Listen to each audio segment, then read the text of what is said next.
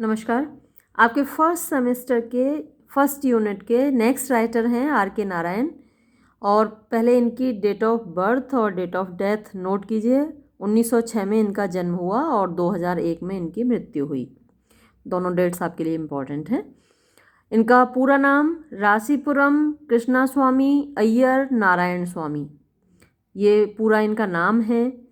जिसमें कि इनके गांव का नाम देखिए रासीपुरम, इनके गांव का नाम है कृष्णा स्वामी, इनके पिताजी का नाम है कृष्णा स्वामी अय्यर और नारायण स्वामी ये इनका खुद का नाम। तो शॉर्ट में जो इनका नाम है आर के नारायण, इस नाम से हम इनको जानते हैं, ये इनका पेन नेम है। आर के Narayan is one of the most celebrated novelist. तो ये सबसे ज़्यादा सेलिब्रेटेड मतलब कि जाने माने प्रसिद्ध उपन्यासकारों में से हैं among the Indian writers in English, जो कि इंग्लिश में लिखने वाले भारतीय लेखक हैं। उनमें सबसे ज़्यादा जाना माना नाम है आर के नारायण का।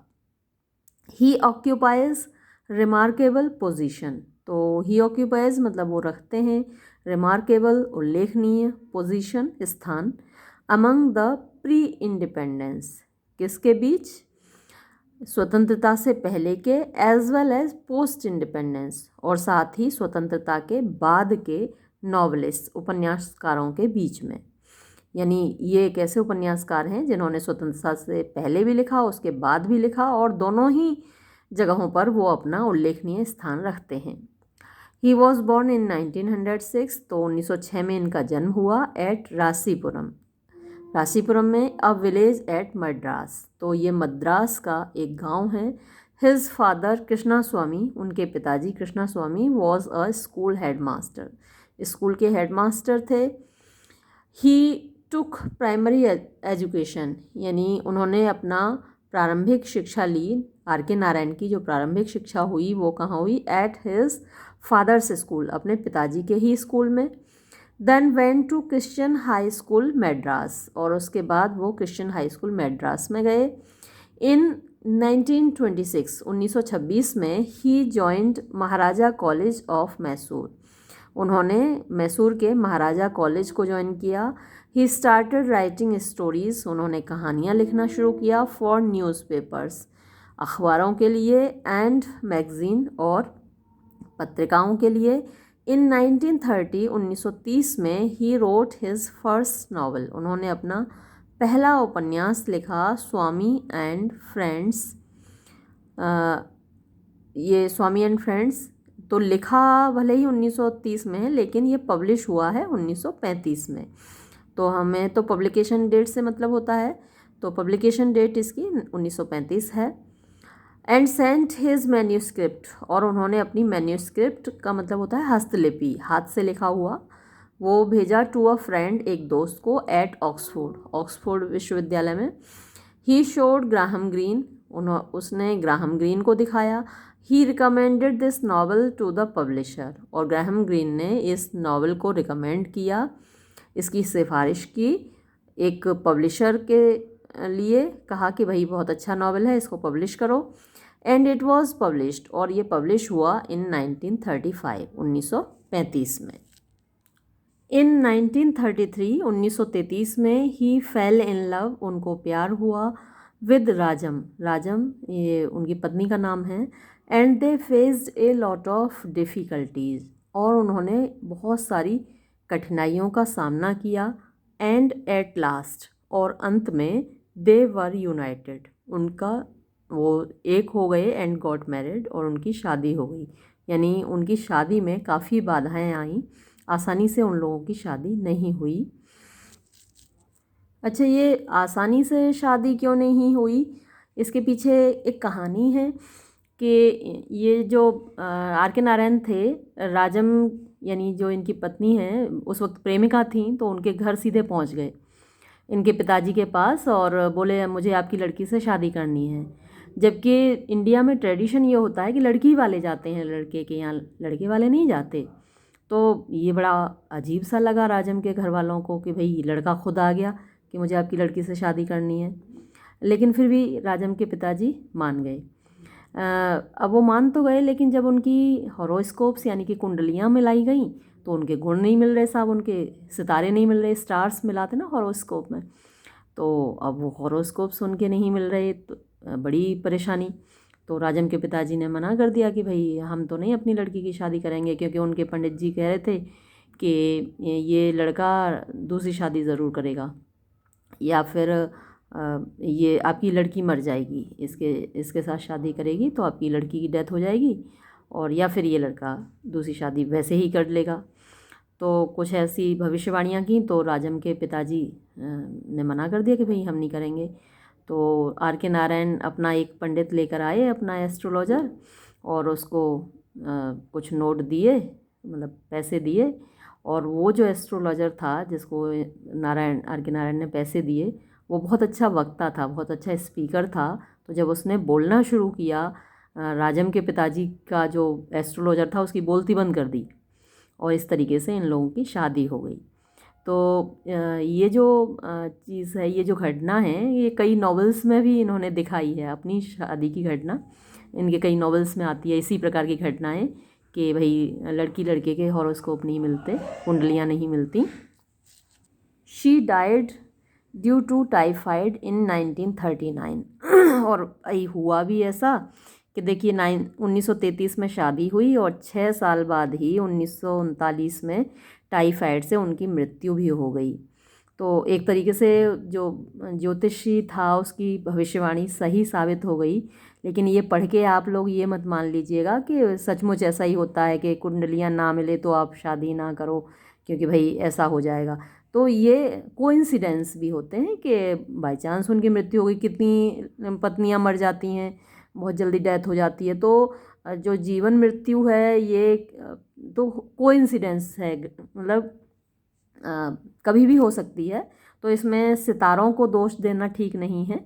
तो आप लोग ये चीज़ को पढ़ के अंधविश्वासी मत बन जाइएगा कि आप भी सितारों में अंधविश्वास करने लगें। हाँ ठीक है, मिलाई जाती हैं कुंडलियाँ, लेकिन इंसान का जो रिश्ता है उससे बड़ी थोड़ी होती हैं कुंडलियाँ। सितारे हमसे बड़े थोड़े ही हैं हमारे सितारे। तो आप अंधविश्वासी मत बनिएगा। खैर आगे देखते हैं। He owned a very busy literary career. तो उनका जो लिटरेरी कैरियर था, उनका जो साहित्यिक कैरियर था, वो बहुत बिजी था, बहुत व्यस्त था। एंड पास्ड अवे, और उनकी मृत्यु हुई एट द एज ऑफ 94, 94 साल की उम्र में, इन 2001, 2001 में। हिज नॉवल गाइड, इनका जो नॉवल है द गाइड, इसने साहित्य एकेडमी अवार्ड जीता इन 1960। ये आपको ख़ास करके याद रखना है कि आर के नारायण के नॉवल द गाइड को साहित्य एकेडमी अवार्ड मिला 1960 में। और ये नॉवल पब्लिश कब हुआ ये भी आपको ख़ास तौर पर याद रखना है, वो अभी नीचे आएगा। देखिए ये 1958 में। तो ये डेट्स आपको याद रखनी है। उन्होंने बहुत सारी बुक्स लिखी हैं, मैं अभी आपको उन सब के नाम बताऊंगी और पब्लिकेशन का ईयर भी बताऊंगी। लेकिन जो ख़ास तरीके से आपको याद रखना है, सबसे ज़्यादा इम्पोर्टेंट जो उनका नावल है वो द गाइड है, जिस पर ये एक फ़िल्म भी बनी थी। देवानंद और वहीदा रहमान थे उसमें। बहुत अच्छे म्यूज़िक था उस फिल्म का, कभी मौका मिले तो देखिएगा, बहुत ही खूबसूरत फिल्म है वो। तो आपको 1958 यानी पब्लिकेशन ईयर ऑफ गाइड ये याद रखना है, और साहित्य एकेडमी अवार्ड उनको मिला 1960 में, ये याद रखना है। ही रिसीव्ड पद्म भूषण इन 1964, उनको पद्म भूषण मिला 1964 में। AC Benson medal by Royal Society of Literature in 1982। He was elected an honorary member of the American Academy of Arts and Letters. तो 1982 में उनको ही वॉज इलेक्टेड, उनको चुना गया। एन ऑनररी मेंबर, ऑनररी मतलब अवैतनिक, जिनको कोई सैलरी नहीं मिलती वो ऑनररी कहलाते हैं। तो एक अवैतनिक सदस्य के रूप में उनको चुना गया of the American Academy of Arts and Letters. तो ये अमेरिका की एक एकेडमी है, उसके मेंबर के रूप में उनको चुना गया। ही वॉज नॉमिनेटेड, उनको नॉमिनेट किया गया for Nobel prize in literature, साहित्य के नोबेल पुरस्कार के लिए, विच ही नेवर रिसीव्ड, लेकिन उनको कभी पुरस्कार ये मिला नहीं, Nobel price.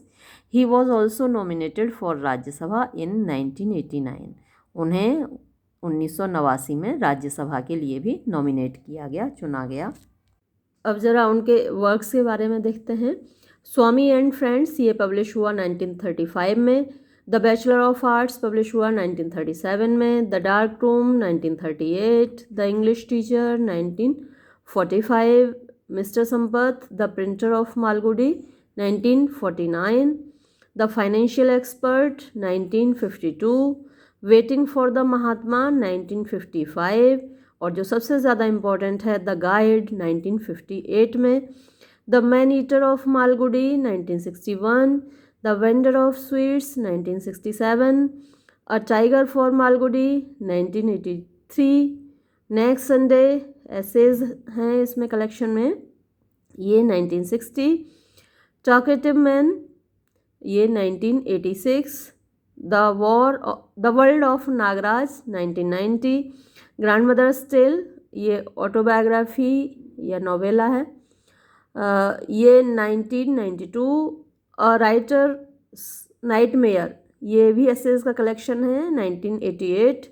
Malgudi days collection of stories 1942। Gods demons and others mythological work है, ये पब्लिश हुआ 1964 में।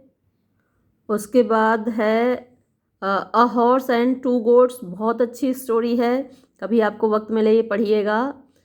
ये ICSE बोर्ड में है प्रेस्क्राइब्ड 9th-10th में। और ये कलेक्शन ऑफ शॉर्ट स्टोरीज़ इसी नाम से है, तो इसकी जो एक स्टोरी है इसी कलेक्शन की वो है हॉर्स एंड टू गोट्स, ये 1970 में पब्लिश हुआ।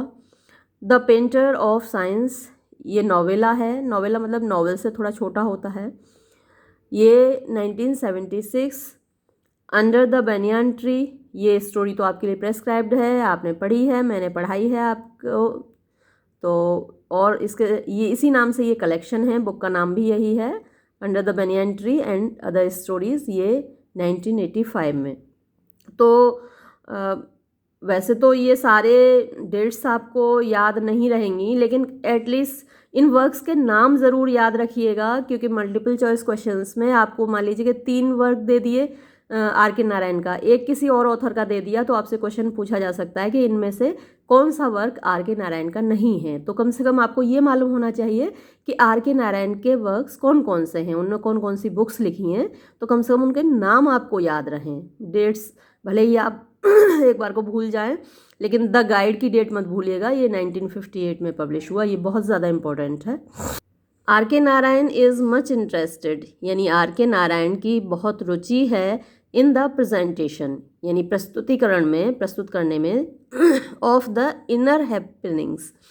इनर मतलब कि आंतरिक, हैपनिंग्स मतलब घटनाएं। तो आंतरिक घटनाएं क्या होती हैं, जो हमारे दिल में चलती हैं, जो हमारे दिमाग में चलती हैं, तो वो अंदर की चीज़ें जो कि मनुष्य के लिए देखना असंभव है कि किसी के दिमाग में या दिल में क्या चल रहा है, वो चीज़ दिखाना R.K. नारायण का शगल है, उनका शौक़ है, उनका इंटरेस्ट है। वो अंदर की चीज़ें मतलब दिमाग की और दिल की चीज़ें बहुत प्रेजेंट करते हैं, दिखाते हैं अपने नॉवेल्स में।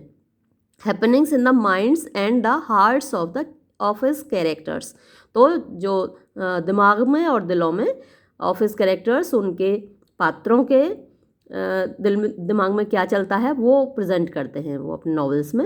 His novels are deep rooted, उनके जो नॉवेल्स हैं, उनके जो उपन्यास हैं वो डीप रूटेड हैं, यानी गहरे गढ़े हुए हैं इन इंडियन वैल्यूज़, भारतीय मूल्यों में। ही ऑल्सो ट्रांसलेटेड, उन्होंने ट्रांसलेट किया the Ramayana and the Mahabharata, Ramayana और महाभारत को भी उन्होंने ट्रांसलेट किया है। द ग्रेट इंडियन एपिक्स, जो कि महान भारतीय महाकाव्य हैं। ही रोट, उन्होंने लिखा फॉर जर्नल्स, पत्रों के लिए, समाचार पत्रों के लिए, एंड कॉलम्स ऑफ न्यूज़पेपर्स, और न्यूज़पेपर में, समाचार पत्रों में कॉलम लिखे।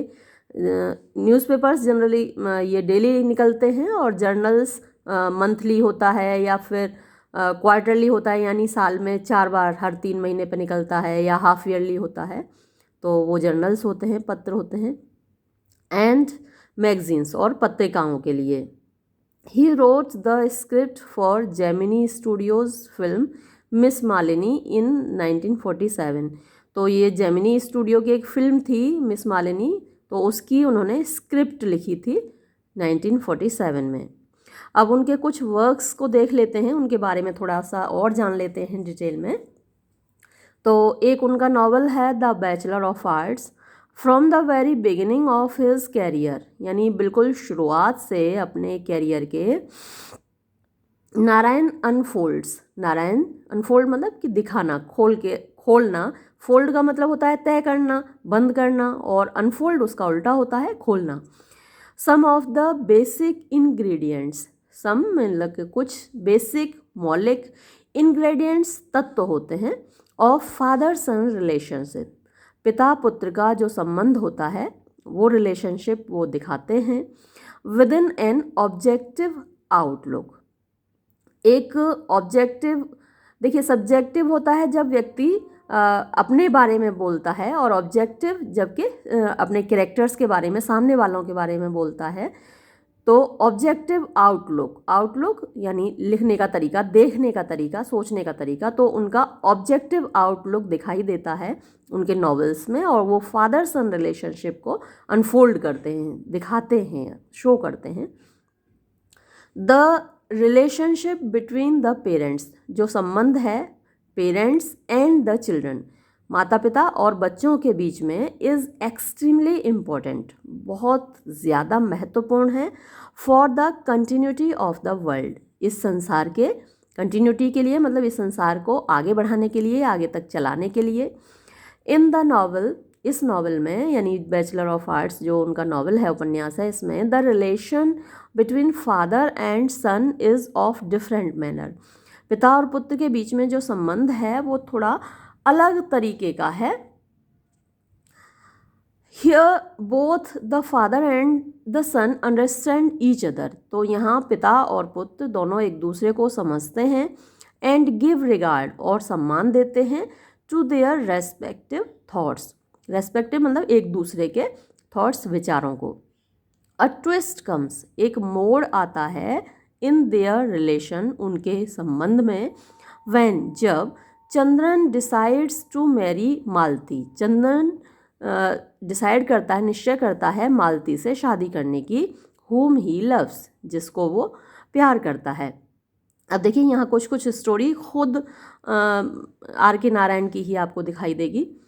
His father did not want to go first to the house of bride, तो उसके पिताजी यानी चंद्रन के जो पिताजी हैं वो ब्राइड के घर यानी दुल्हन के घर पहले नहीं जाना चाहते। For his son's marriage proposal, अपने बेटे के मैरिज प्रपोजल को लेकर, विवाह प्रस्ताव को लेकर। बिकॉज, क्योंकि मालगुडी ट्रेडिशन, मालगुडी की जो ट्रेडिशन है, जो परंपरा है, डज नॉट अलाउ, अनुमति नहीं देती, हिम उसको, टू डू सो, ऐसा करने के लिए।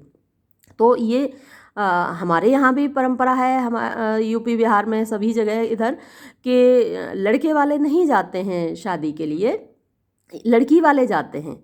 और अगर लड़के वाले जाते हैं तो ये ख़राब माना जाता है कि भाई इनके लड़के की शादी नहीं हो रही, तो लड़के वाले खुद खुशामद करने जा रहे हैं लड़की वाले के घर। तो ये वहाँ भी परंपरा है, साउथ में भी, कि भाई लड़की वाले जाएंगे। तो यहाँ ये प्रॉब्लम खड़ी होती है कि जो हीरो है चंद्रन, उसके पिताजी लड़की वाले के घर शादी का प्रस्ताव लेकर नहीं जाना चाहते।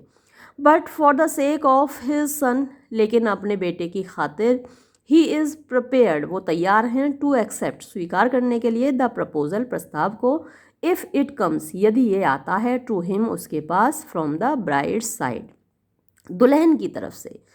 As he does not want, क्योंकि वो नहीं चाहते, to see his son unhappy and disturb, अपने बेटे को अप्रसन्न और परेशान देखना वो नहीं चाहते। तो अगर लड़की वाले की तरफ से प्रस्ताव आएगा तो वो स्वीकार करने को तैयार हैं। For the sake of him, यानी उसकी खातिर, देवर प्रिपेयर्ड, वो तैयार थे, टू कम्प्रोमाइज़, यानी समझौता करने के लिए, टू दिस एक्सटेंट, इस हद तक, दैट के they consider the proposal if came from the bride side, कि वो इस प्रपोजल को, प्रस्ताव को कंसिडर करने के लिए, इस पर विचार करने के लिए तैयार थे यदि ये दुल्हन की तरफ से आए। Anything contrary to this, anything कोई भी चीज़, कॉन्ट्रेरी मीन्स विरोध, टू दिस इसके, वुड मेक देम उनको बना देगी, लाफिंग स्टॉक यानी हंसी का पात्र, ऑफ द कम्युनिटी समाज का। तो समाज में हंसी उड़ाई जाती है उन लोगों की जो अपने लड़के का विवाह प्रस्ताव लेकर जाते हैं। तो जब आप लिखेंगे किसी क्वेश्चन का आंसर लिखेंगे या इनके बारे में लिखेंगे, आर के नारायण के बारे में, मान लीजिए लॉन्ग आंसर टाइप क्वेश्चन आता है, तो उसमें आप ये कोट कर सकते हैं और ये बता सकते हैं कि ये भारतीय समाज की ये कमी है, ये इस तरीके की ट्रेडिशन है कि भाई लड़के वाले प्रस्ताव लेकर नहीं जाएंगे। तो ये जो एक ड्रॉबैक है, भाई क्यों नहीं जा सकते लड़के वाले, अगर लड़की अच्छी है, योग्य है, सुइटेबल है, तो जाना चाहिए लड़के वालों को भी, लेकिन उनकी हंसी उड़ाई जाती है भारतीय समाज में अगर वो जाते हैं। तो आप ये चीज़ें लिखेंगे अपने लॉन्ग आंसर में। हिज फादर गेट्स रेडी, उनके पिताजी तैयार हो जाते हैं, यानी जो चंद्रन है हीरो, उसके पिताजी तैयार हो जाते हैं फॉर हिज मैरिज, उसकी शादी के लिए, विद मालती, मालती के साथ। Now his horoscope does not match with that of Malati, यहाँ पे दोहराना ही चाहिए। तो अब उसकी जो कुंडली है वो मैच नहीं करती मालती के साथ। यही तो आर के नारायण के केस में हुआ था, उनकी कुंडली भी उनकी पत्नी राजम के साथ मैच नहीं हुई थी। चंद्रन्स फादर एंड चंद्रन हिमसेल्फ, यानी चंद्रन के पिताजी और खुद Chandran, could not go beyond, यानी इसके परे नहीं जा सकते, द मालगुडियन ट्रेडिशनल वैल्यूज़, मालगुडी की जो पारंपरिक मूल्य हैं उनके खिलाफ नहीं जा सकते। दस इस प्रकार the novel is a romantic saga, ये जो उपन्यास है ये एक रोमांटिक कहानी है, विच डील्स विद, जो कि दिखाती है Chandran's one sided emotional relationship, Chandran की एक तरफा मतलब भावनात्मक, इमोशनल भावनात्मक रिलेशनशिप, संबंध विद हर, उसके साथ, यानी मालती के साथ। अ ब्यूटिफुल एंड चार्मिंग मालती, एक खूबसूरत और आकर्षक मालती, थ्रिल्स यानी उत्तेजना से भर देती है, the heart of Chandran, Chandran के हृदय को। ही फील्स फैसिनेटेड, वो मंत्रमुग्ध हो जाता है, बाय हर ब्यूटी, उसके खूबसूरती से, चार्म आकर्षण से, सिंप्लिसिटी उसकी सरलता से, एंड इनोसेंस और उसकी मासूमियत से। His dream does not come true, उसका सपना सच नहीं होता, and their marriage does not take place, और उनकी शादी नहीं हो पाती। After a brief spell of sannyas, तो थोड़े दिन के संन्यास के बाद, यानी थोड़े दिन के लिए वो अपने जीवन से संन्यास ले लेता है। ही मैरिज सुशीला, उसके बाद वो सुशीला से शादी करता है। अ गर्ल, एक लड़की, चोजन बाय हिज पेरेंट्स, जो कि उसके माता पिता उसके लिए चुनते हैं, यानी जिसकी कुंडली मिल जाती है, जिसके सारे गुण मिल जाते हैं, तो और माता पिता उसके लिए चुनते हैं, तो ये लड़की सुशीला से उसकी शादी होती है, मालती से नहीं होती। ही ओपाइंस, उसकी ओपिनियन है, उसकी राय है, दैट पीपल मैरी, क्योंकि लोग शादी करते हैं, बिकॉज ऑफ द सेटिस्फैक्शन यानी संतुष्टि के लिए, ऑफ देयर फिजिकल नीड, अपनी शारीरिक आवश्यकताओं की, and the management of home, और अपना घर संभालने के लिए। अदरवाइज, अन्यथा, देयर इज़ नो सैंक्टिटी, कोई पवित्रता नहीं है, इन द इंस्टीट्यूशन, इस संस्था में, ऑफ मैरिज, शादी की। H.E. Bets remarks, H.E. Bets ये एक क्रिटिक हैं, वो कहते हैं mister Narayan rendering of human relationship, यानी मिस्टर नारायण का जो डिस्क्रिप्शन है ह्यूमन रिलेशनशिप्स का, मानवीय संबंधों का, हैज़ परफेक्शन, उसमें एक पूर्णता है, परफेक्शन है, ऑफ फ्रेजिंग यानी शब्दों की, एंड अ डेप्थ, और एक गहराई है, ऑफ अंडरस्टैंडिंग समझ की, दैट मेक्स, जो बनाती है, चंद्रन्स लाइफ, चंद्रन के जीवन को, वेरी रियल, बहुत वास्तविक। नेक्स्ट उनका एक वर्क है द डार्क रूम, इसके बारे में पढ़ते हैं। The dark room is the account of marriage given through out from the point of view of the wife. तो द डार्क रूम जो है इज़ एन अकाउंट यानी वर्णन है ऑफ मैरिज, शादी का, गिवन जो कि दिया गया है, किया गया है, वर्णन किया गया है, थ्रू आउट पूरी तरह, from the point of view यानी दृष्टिकोण से, ऑफ द वाइफ पत्नी के दृष्टिकोण से, इन विच जिसमें कि द इमेज जो तस्वीर है प्रोजेक्टेड जो दिखाई गई है is that of the Indian woman, वो एक भारतीय महिला की है, एज अ विक्टिम जो कि शिकार है, रिटन सम 35 to 40 ईयर्स जो कि लिखी गई है 35 या 40 साल before the current talk of women's liberation, जो करंट मीन्स आधुनिक, टॉक बातचीत, ऑफ वुमेंस लिबरेशन महिलाओं के सशक्तिकरण किया या महिलाओं की लिबरेशन आज़ादी का की जो बातचीत इस वक्त चल रही है उससे 35-40 साल पहले लिखी गई ये कहानी है। इन द नॉवल, इस उपन्यास में, द रिलेशनशिप संबंध between the mother and the son, माँ और बेटे के बीच का, और द डॉटर या फिर माँ और पुत्री के बीच का, is similar to Swami and friends, वो वैसा ही है जैसा कि उनके दूसरे नॉवल स्वामी एंड फ्रेंड्स में दिखाया गया है। लाइक स्वामीज फादर, स्वामी के पिता की ही तरह, Ramani is also strict and hard, Ramani भी स्ट्रिक्ट हैं, कठोर हैं, लाइक हिम उसकी तरह। He does not want to see, वो नहीं चाहते, हिज चिल्ड्रन अपने बच्चों को नहीं देखना चाहते, वॉन्डरिंग घूमते हुए, यूजलेसली बेकार, तो ये तो शायद कोई भी माता पिता नहीं चाहते कि उनके बच्चे बेकार घूमें।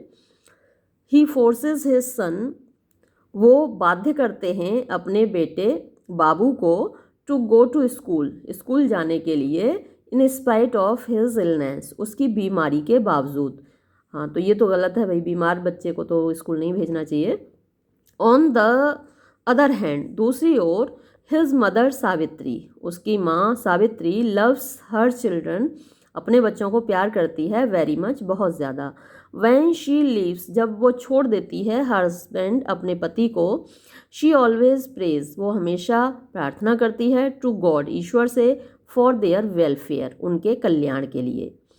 सावित्री ब्रॉट टुगेदर, सावित्री ने, ब्रॉट टुगेदर मतलब जोड़े, पाम्स हथेलियाँ, हाथ जोड़ते हैं ना, हाथ जोड़ के प्रार्थना करते हैं, तो ब्रॉट टुगेदर पाम्स मतलब कि हाथ जोड़े।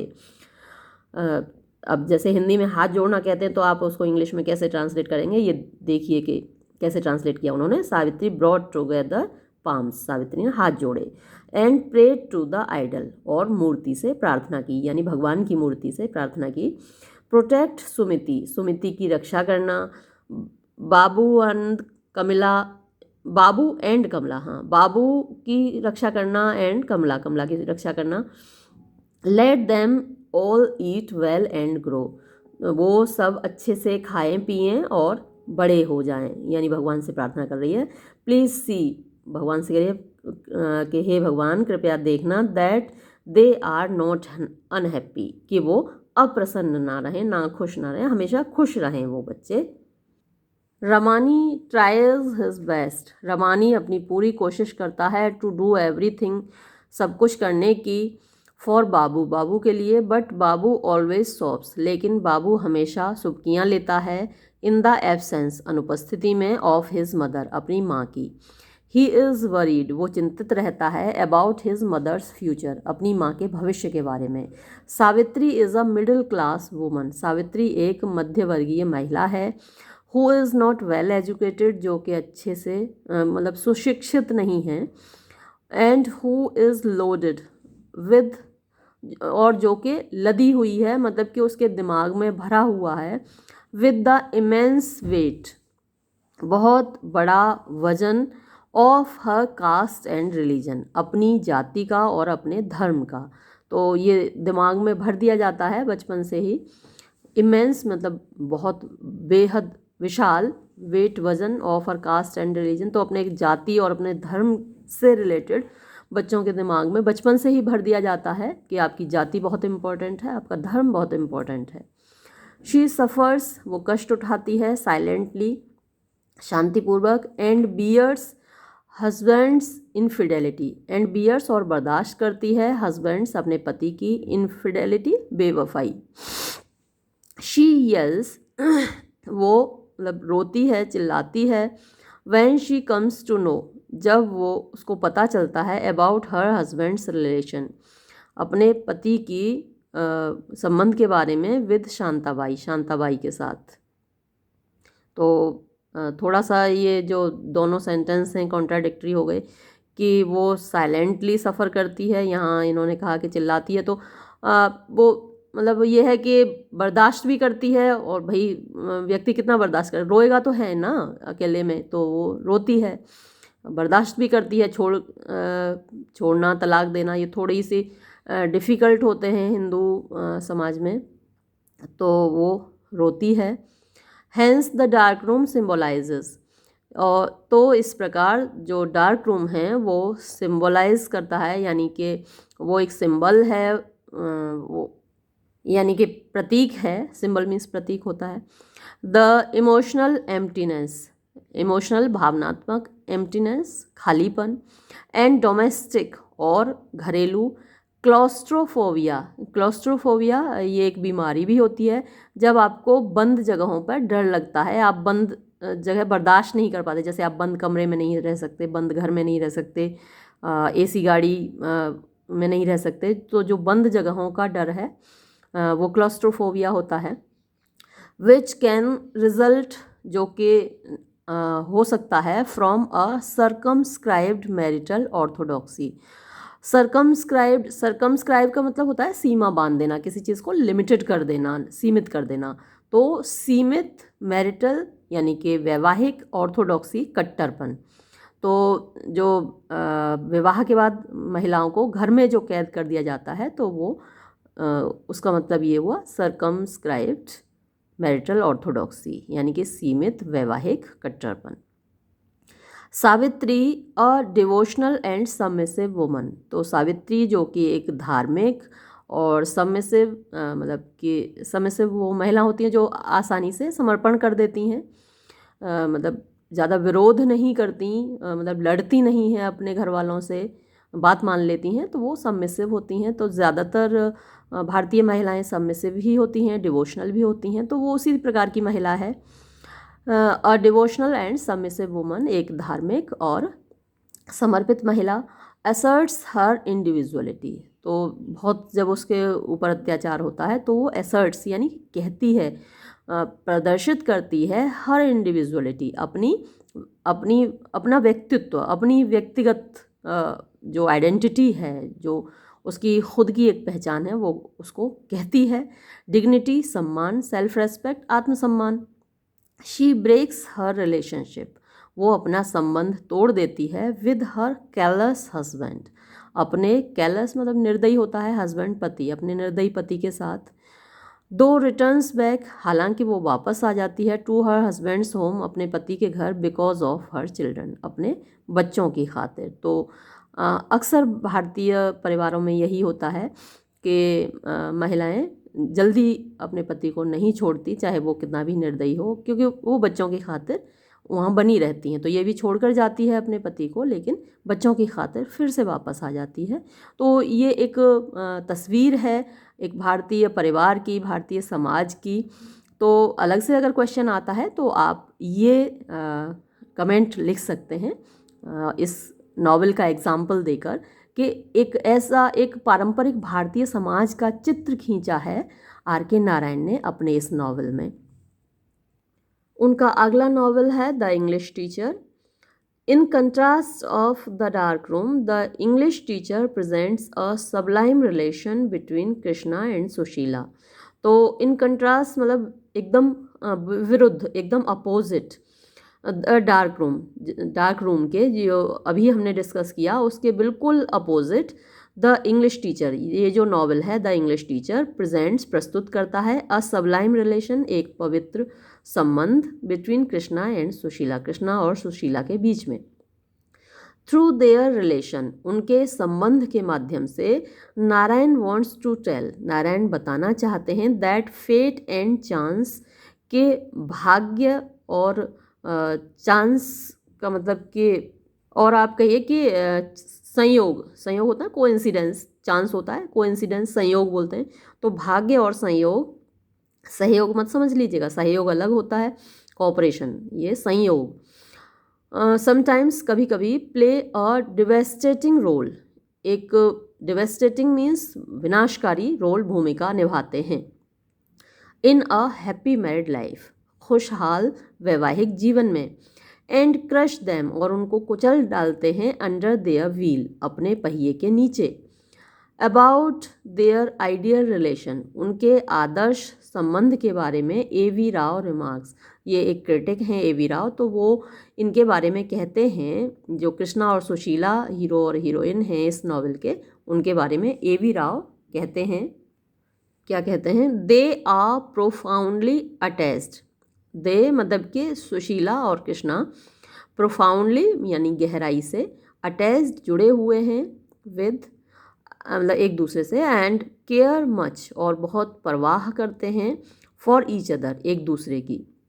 कन्वर्सेंट विद प्लेटो, शैली एंड अदर्स, यानी कन्वर्सेंट का मतलब समान, विद प्लेटो, शैली एंड अदर्स, यानी प्लेटो से आप परिचित होंगे, ये एक यूनानी दार्शनिक था। पीबी शैली से आप परिचित हैं, ये एक रोमांटिक पोइट था।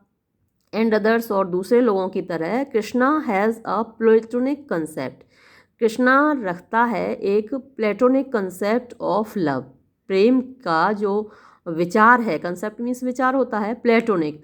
तो जो प्लेटोनिक कंसेप्ट है उसके अनुसार जो प्रेम है वो इंटेलेक्चुअल है, स्पिरिचुअल है, एक आध्यात्मिक या फिर एक आत्मिक या फिर एक बौद्धिक भावना है, बौद्धिक जुड़ाव है, यानी दो मस्तिष्क एक दूसरे से जुड़े हुए हैं, दो हृदय एक दूसरे से जुड़े हुए हैं, दो लोग भावनात्मक स्तर पर यानी मेंटल लेवल पर, इंटेलेक्चुअल लेवल पर एक दूसरे से जुड़े हुए हैं, ना कि फिजिकल लेवल पर। तो वो प्लेटोनिक लव होता है, जहाँ बॉडी इज़ नॉट इम्पॉर्टेंट, है ना, इंटेलेक्चुअल जो रिलेशंस हैं दे आर इम्पॉर्टेंट, तो वो प्लेटोनिक लव होता है। तो Krishna has a platonic concept of love and fully expresses it, और इसको पूरी तरह अभिव्यक्त करता है in his relationship with Sushila, Sushila के साथ अपने संबंध में। He is a devoted husband, वो एक समर्पित पति है। And she is a submissive sincere wife, और वो एक समर्पित निष्ठावान पत्नी है।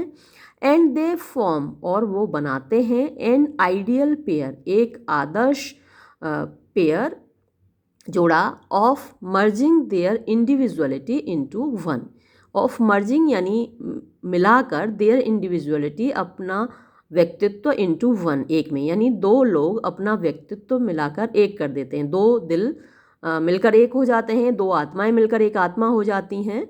तो ये मर्जिंग जो कंप्लीट मर्जर है एक दूसरे का एक दूसरे में, तो ये ही रियल लव है, रियल प्रेम है। यानी अगर आप कहेंगे कि मैं सही हूँ, तुम गलत हो, और तुमने जो कहा वो गलत कहा, और अगर इस तरीके से आप इंडिविजुअलिटी अपनी शो करेंगे, तो वहाँ प्रेम संभव नहीं है। प्रेम क्या है, या तो किसी को अपना बना लो या फिर किसी के हो जाओ। तो दो लोग मिलकर अगर एक हो जाते हैं, उनकी सोच एक जैसी हो जाती है, या फिर दूसरे की सोच से आप अपने आप को एग्री कर लेते हैं, तो वही प्रेम संबंध अच्छा है, या वही पॉसिबल है, वही लंबे समय तक चलता है। तो merging there individuality into one, तो अपनी जो व्यक्तित्व है वो उसको मिलाकर एक कर देते हैं। Free from personal prejudices, free मतलब वो आज़ाद हैं किससे, पर्सनल व्यक्तिगत, प्रेजुडिसेस पूर्वाग्रह, पूर्वाग्रह होते हैं जब आप सोचते हैं सामने वाले के बारे में कि ये गलत है, वो प्रेजुडिस होता है। एंड सेल्फ कॉन्शसनेस, और जो अपनी आत्मिक चेतना है उससे भी वो आज़ाद हैं, यानी मैं सेल्फ नहीं हूँ। जब आप का किसी के साथ प्रेम संबंध है तो आप सेल्फ नहीं होते, आप जो सामने वाला है वही आप हैं, तो सेल्फ कॉन्शसनेस उसमें नहीं होती। दे एग्जाम्प्लीफाई, वो उदाहरण देते हैं, एन आइडियल हैप्पी यूनियन, एक आदर्श खुशहाल एकता का, इन दिस लाइफ, इस जीवन में, as well as in life after death, साथ ही मृत्यु के बाद के जीवन की, यानी ऐसे लोगों की आत्मा भी आगे जाकर एक ही रहती है, यानी जब वो जिंदा हैं तब एक रहते हैं और मरने के बाद भी एक रहते हैं। 10 इस प्रकार नारायण प्रेजेंट्स, नारायण प्रस्तुत करते हैं आर्टिस्टिक ब्लेंड, आर्टिस्टिक कलात्मक, ब्लेंड होता है बंधन या किसी चीज़ को शामिल कर देना, of death and resurrection, death मृत्यु, रिसरेक्शन यानी पुनर्जन्म। इन द नॉवल, इस उपन्यास में, as Sushila comes back to him, क्योंकि सुशीला उसके पास वापस आती है, टू बी विद हिम, उसके साथ रहने के लिए, फॉर एवर, हमेशा के लिए, एज अ सोल, एक आत्मा के रूप में। अब देखते हैं द गाइड, इसके बारे में मैंने कहा था इसको आप 1958 डेट ज़रूर याद रखिएगा। फिल्म हो सकता है आपने देखी हो, देवानंद और वहीदा रहमान की फिल्म थी और बहुत अच्छे गाने थे उसमें, म्यूज़िक बहुत अच्छा था इसका फिल्म का। तो देखते हैं इसके बारे में, पढ़ते हैं। थ्रू द गाइड, गाइड के माध्यम से नारायण प्रेजेंट्स, नारायण प्रस्तुत करते हैं a different kind of relationship, एक अलग प्रकार की जो रिलेशनशिप है, संबंध है, बिटवीन टू अपोजिट टेम्परामेंट्स, दो विरोधाभासी टेम्परामेंट यानी व्यवहार या फिर कहिए प्रकृति, तो दो लोगों की जो अलग अलग प्रकृति है उनके बीच का संबंध इसमें दिखाया गया है। थोड़ा सा ये है कि इसमें एक्स्ट्रा मैरिटल रिलेशनशिप है जो कि एक्सेप्टेबल नहीं है। रोज़ी अपने पति को छोड़कर राजू के पास आती है, तो ये सोशली एक्सेप्टेबल नहीं है, सामाजिक तौर पर इसको स्वीकार नहीं किया जा सकता। लेकिन film as a piece of art, यानी एक आप फिल्म के रूप में उसको देख सकते हैं, लेकिन जीवन में अपनाने लायक नहीं है, जो इसकी थीम है। रोज़ी a romantic, emotional, aspiring and ambitious wife, तो इसमें जो रोज़ी का कैरेक्टर है वो एक रोमांटिक, वो मतलब रोमांटिक है, मतलब कि आप कहिए कि कल्पनाओं से भरी हुई या फिर भावनाओं से भरी हुई एक लड़की है, इमोशनल, भावनात्मक है, एस्पायरिंग जो आगे बढ़ना चाहती है, एंड एम्बिशियस वो महत्वाकांक्षी है, वाइफ पत्नी, has a scholarly and intellectual husband Marco, तो उसका जो पति है वो स्कॉलरली, बहुत विद्वान है, इंटेलेक्चुअल है, बौद्धिक है और उस पति का नाम है Marco. William Walsh rightly says, William Walsh ये क्रिटिक हैं, वो कहते हैं about their dissatisfaction with life, उनके असंतुष्टि जो जीवन के प्रति है इन लोगों की, रोजीज मैरिज, रोजी की शादी, विद मार्को, मार्को के साथ, लीव्स हर डीपली डिससेटिस्फाइड, उसको छोड़ती है गहराई से असंतुष्ट, यानी कि वो बहुत असंतुष्ट है अपनी शादी से। हर नेचर अनफुलफिल्ड, जो उसकी नेचर है, जो उसकी प्रकृति है, वो अनफुलफिल्ड यानी अपूर्ण है, इनकम्प्लीट है। Her nerve gangling and her ambition uncared, तो उसका जो नर्व होती हैं, नसें होती हैं दिमाग की, या जो पूरे शरीर में फैली हुई होती हैं, जो हमें हमारे दिमाग से जोड़ती हैं हमारे पूरे शरीर को, तो वो नर्व्स होती हैं। तो उसकी जो नर्व्स हैं, गैंगल का मतलब जैसे कि उसके दिमाग की नसें फट रही हैं, है ना, उनकी कोई परवाह करने वाला नहीं है। एंड हर एम्बिशन अनकेयर्ड, जो उसकी महत्वाकांक्षा है अनकेयर्ड, उसकी भी कोई परवाह नहीं करता, यानी जो उसका पति है वो अपने में मस्त रहता है, अपनी वो एक हिस्ट्री का प्रोफेसर है, तो पुरानी चीज़ों में, पुराने खंडहरों में, मूर्तियों में, इन सब चीज़ों में वो इंटरेस्टेड रहता है और रोज़ी पर ध्यान नहीं देता वो। तो उसकी जो एम्बिशन है, जो उसकी महत्वाकांक्षा है, वो अनकेयर्ड, उसकी परवाह नहीं करता। He is not a man of worldly pursuits, he मतलब कि Marco is not a man, एक आदमी नहीं है, ऑफ वर्ल्डली परस्यूट्स, सांसारिक चीज़ों का। एंड डिज़ायर वाइल रोज़ी is a pursuits and desire, और इच्छाओं का, यानी उसकी जो परस्यूट्स हैं, उसके जो उद्देश्य हैं या उसकी जो इच्छाएं हैं, वो वर्ल्डली नहीं है, यानी सांसारिक नहीं है, बल्कि बौद्धिक हैं, इंटेलेक्चुअल हैं।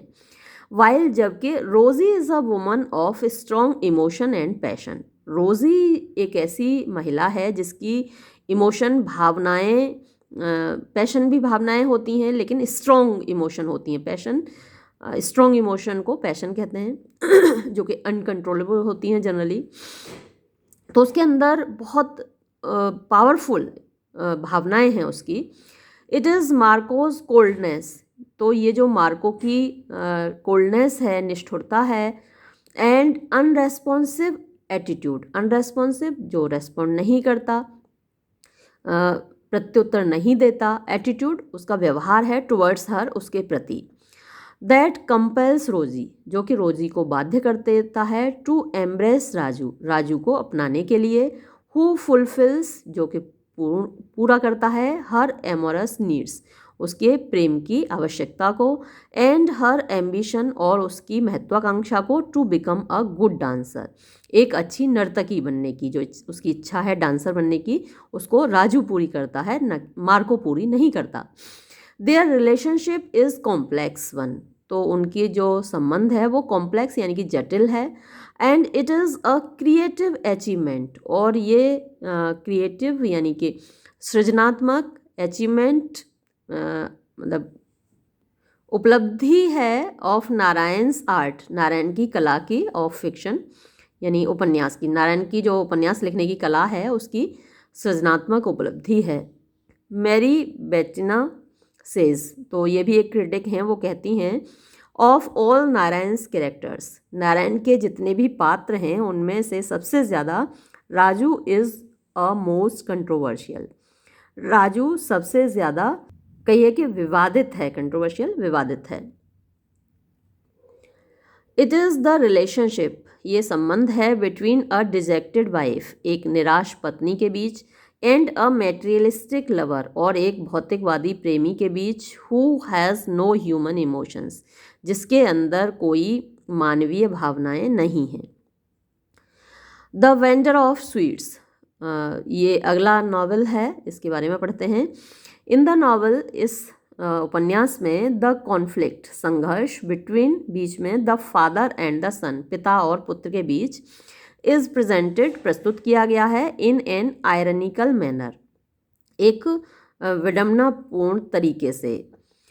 गगन एंड माली, गगन और माली रिप्रेजेंट यानी कि प्रतिनिधित्व करते हैं, द एंशिएंट ट्रेडिशन, प्राचीन परंपरा का, एंड मॉडर्निटी, और आधुनिकता का, रेस्पेक्टिवली यानी कि देखिए, गगन एंशिएंट ट्रेडिशन का प्रतिनिधित्व करता है और माली मॉडर्निटी का प्रतिनिधित्व करता है।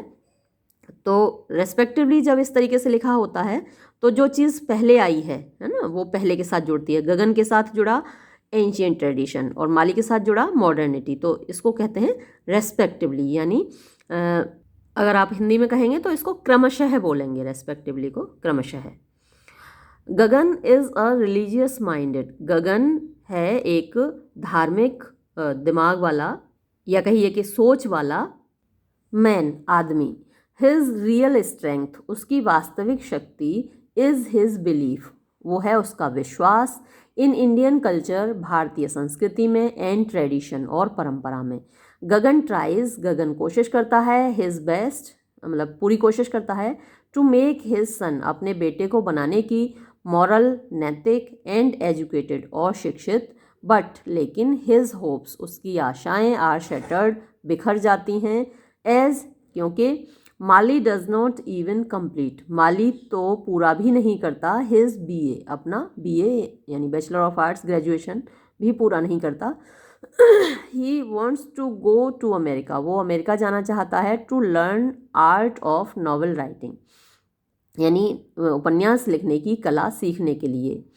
ही स्कोल्ड्स हिम, वो उसको डांटता है।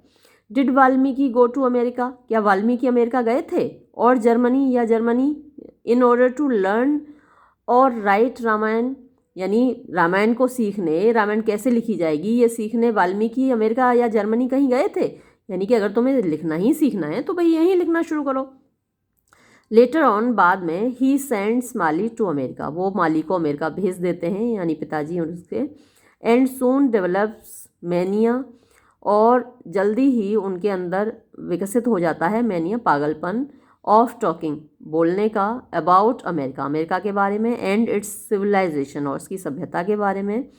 बट ही इज़ शॉक्ड, लेकिन वो शॉक्ड रह जाते हैं to see Grace who is a half Korean and half American girl. Grace को देखकर, जो कि आधी कोरियन और आधी अमेरिकन लड़की है, living with him without marriage, जो उसके साथ रह रही है बिना शादी के, यानी लिव इन रिलेशनशिप में। थ्रू दिस नॉवल, इस उपन्यास के माध्यम से नारायण रिकग्नाइजेस, नारायण पहचानते हैं, द प्रॉब्लम समस्या ऑफ मॉडर्नाइजेशन आधुनिकीकरण की, एंड वेस्टर्नाइजेशन और पाश्चात्यकरण की। द इंडियन स्पिरिचुअलिज्म भारतीय आध्यात्मवाद इज क्लैश्ड, वो टकराता है, विद वेस्टर्न मटेरियलिज्म पश्चिमी भौतिकतावाद से। अगला नॉवल है Mr Sampath the printer of Malgudi. Mr Sampath was published in 1949, ये प्रकाशित हुआ नॉवल 1949 में। The plot can be divided, इसकी जो प्लॉट है, इसकी जो कहानी है वो बांटी जा सकती है इनटू 2 पार्ट्स, 2 भागों में। द फर्स्ट पार्ट, जो पहला भाग है, deals with the publication of newspaper, वो संबंधित है एक समाचार पत्र के प्रकाशन से, एंड ऑन मिस्टर संपत और मिस्टर संपत पर। एंड सेकंड पार्ट, और जो दूसरा भाग है, सेंट्रलाइजेस यानी केंद्रित है, ऑन मूवी प्रोडक्शन यानी फिल्म बनाने से, एंड ऑन मिस्टर श्रीनिवास और मिस्टर श्रीनिवास पर। Mr Sampath is a printer, Mr Sampath एक प्रिंटर हैं, and Mr Srinivas is an editor, और मिस्टर श्रीनिवास एक संपादक हैं। दे जॉइन हैंड्स, वो हाथ मिलाते हैं, together to form a film company, एक फिल्म कंपनी बनाने के लिए। Mr Sampath falls in love of an actress, Mr Sampath को एक एक्ट्रेस से प्यार हो जाता है। वाइल श्रीनिवास हैज़ रेस्पॉन्सिबिलिटी, जबकि श्रीनिवास के ऊपर जिम्मेदारियां हैं। दे क्विट ईच अदर, वो एक दूसरे को छोड़ देते हैं, because of some sour incidents, कुछ कड़वी घटनाओं की वजह से। साउर मीन्स वैसे खट्टी होती हैं, तो जो मीठी नहीं है वो साउर या फिर बिटर होती हैं, दोनों का ही अपोजिट स्वीट होता है। तो कुछ कड़वी या खट्टी घटनाओं की वजह से वो एक दूसरे को छोड़ देते हैं। इन द एंड, अंत में, संपत कम्स बैक, संपत वापस आता है। After the loss of the lady, यानी जब वो खो देता है उस महिला को, फेम अपनी प्रसिद्धि को, वेल्थ अपने धन को, एंड पीस और अपनी शांति को। अगला उपन्यास है the financial expert. The financial expert published in 1952, ये 1952 में प्रकाशित हुआ। इज़ अ स्टोरी, ये कहानी है, ऑफ द फाइनेंशियल एक्सपर्ट, जो आर्थिक एक्सपर्ट है, विशेषज्ञ है, एक्सपर्ट मतलब विशेषज्ञ होता है, मर गया, who use to give advice about finance to the people, यानी ये नाम है हीरो का, और वो यूज टू गिव दिया करता था एडवाइस, सलाह, अबाउट फाइनेंस पैसों के बारे में, धन के बारे में, टू द पीपल लोगों को, अंडर द बेनियन ट्री एक बरगद के पेड़ के नीचे। मर गया बिगेन हिज कैरियर, इसने अपना कैरियर शुरू किया, अपना जीवन वृत्त शुरू किया, एज अ मनी लैंडर, एक साहूकार के रूप में। ही सिट्स, वो बैठता है, in front of the central cooperative land mortgage bank, in front of मतलब सामने, ऑफ द सेंट्रल केंद्रीय, कोऑपरेटिव सहकारी, लैंड मॉर्गेज बैंक इन मालगुडी, यानी जो ज़मीन को गिरवी रखने वाला बैंक है मालगुडी का। ज़मीन रखकर आप पैसा ले सकते हैं। ज़मीन अभी भी जो बैंक हैं वो आपको पैसा तभी देती हैं, लोन तब देती हैं जब आपसे आपकी घर के ज़मीन जायदाद के सब कागजात रखवा लेती हैं, तब आपको लोन देती हैं। तो उसके सामने ये बैठता है। ही हेल्प्स, वो मदद करता है, the share holders of the bank, जो बैंक के शेयर होल्डर्स हैं उनकी मदद करता है, टू बोरो मनी, पैसा उधार लेने में, ऑन अ स्मॉल इंटरेस्ट, कम ब्याज पर, and lends to the needy, और वो उधार देता है आवश्यकता वाले लोगों को, यानी गरीब लोगों को, एट हाई इंटरेस्ट, यानी महंगी ब्याज पर, एंड मेक्स गुड मनी, और वो अच्छा पैसा कमाता है।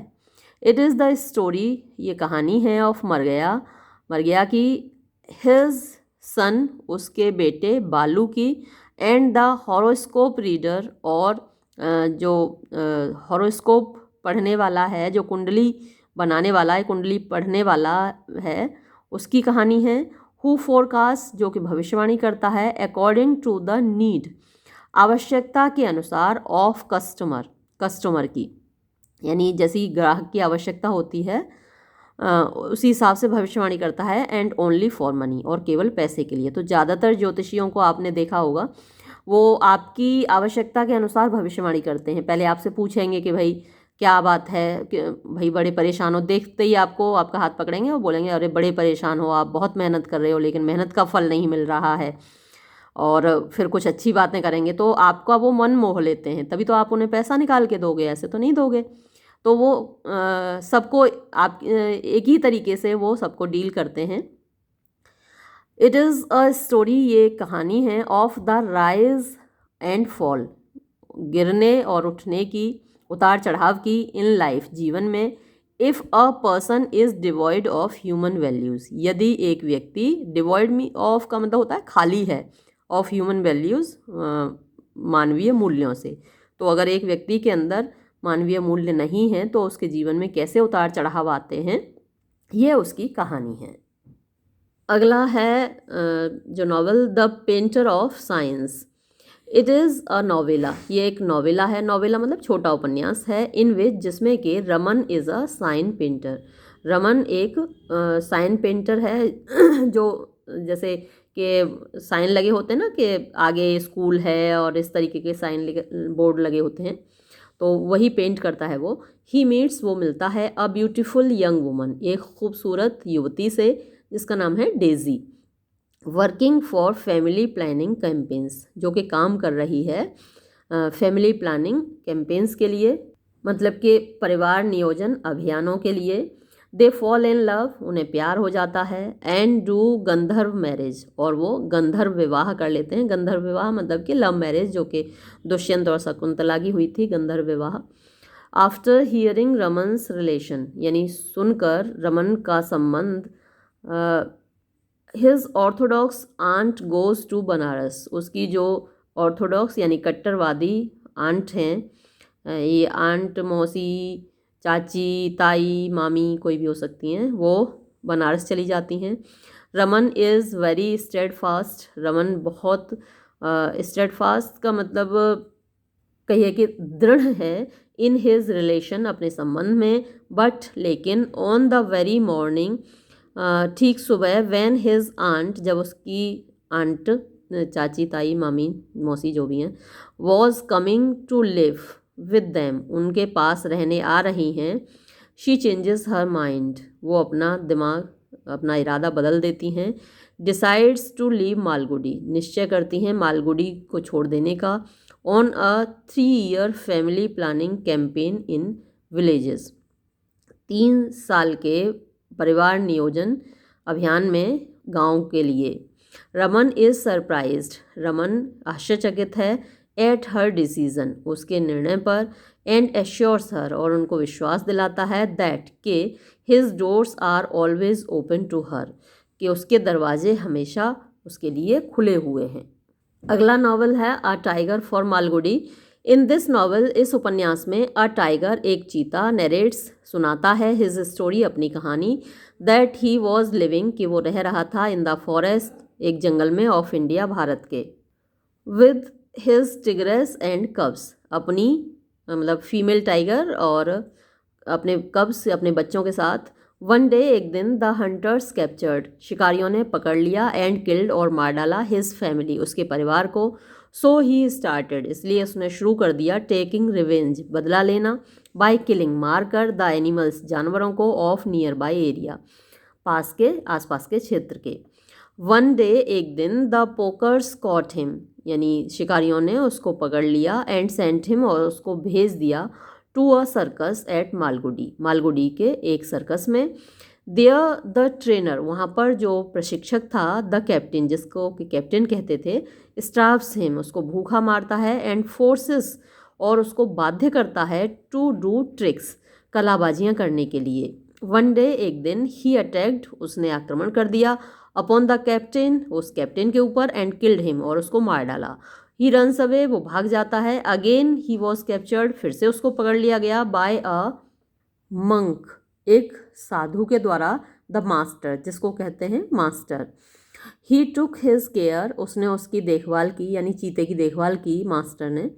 बट लेकिन द मंक रियलाइज्ड, उस साधु ने अनुभव किया, दैट के हिज डेथ, उसकी मृत्यु, इज़ नियर, पास ही है। ही डोनेट्स, वो दान कर देता है, द टाइगर, चीते को, टू द जू, चिड़ियाघर को।